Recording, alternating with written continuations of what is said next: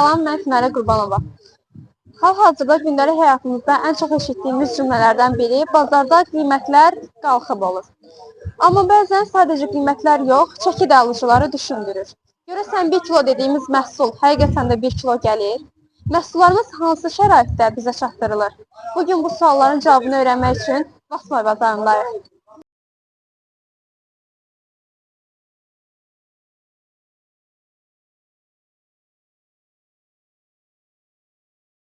Biber neçədir? 80 qəpik. 1 kilo verə bilərsinizmi? Tamamilə doğrudur. Bəs badımcan? 2 manat. 1 manatlıq verə bilərsiniz bununla.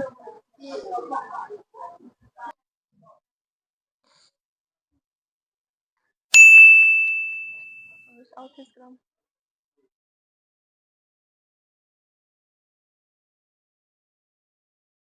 Dedi ki 1 manatlıq verin də zəhmət olmasa.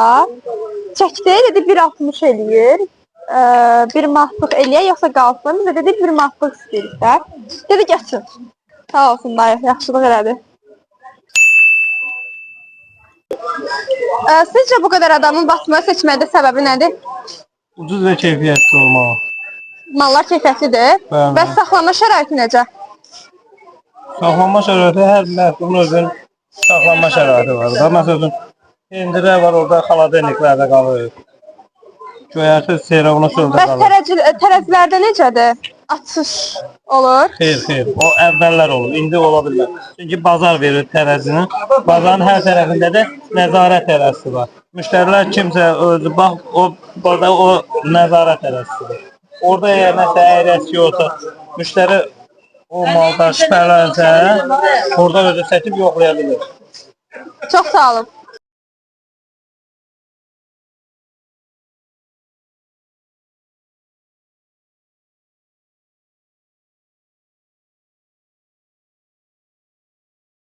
Buradayam.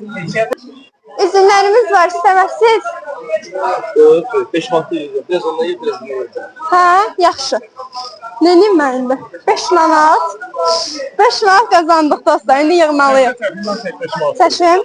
Bundan çəkirik 5 manatlıq. 3 ayda tam 3 kilo inanırsınız. Üzümüm var, xala istəmirsiniz? Üzüm 1.50, 2 manat, 2 manat. Qəşəydir. Şəhərdə belə üzüm yoxdur. Bir dənəsini atın, kilo yarım olsun xala. Qəşəyini atın da xalama. 1 kilo yarım. 2 manat. Buyurun. Çəkirəm indi xala. Qəşəydir, şirin, şirin. Belə şirin üzüm görməmişsiniz. Şirin mandalini dadına da baxıb görə bilərsiniz deyə burada qoymuşam. Yevlaxın mandalini, şirin Yevlax mandalini.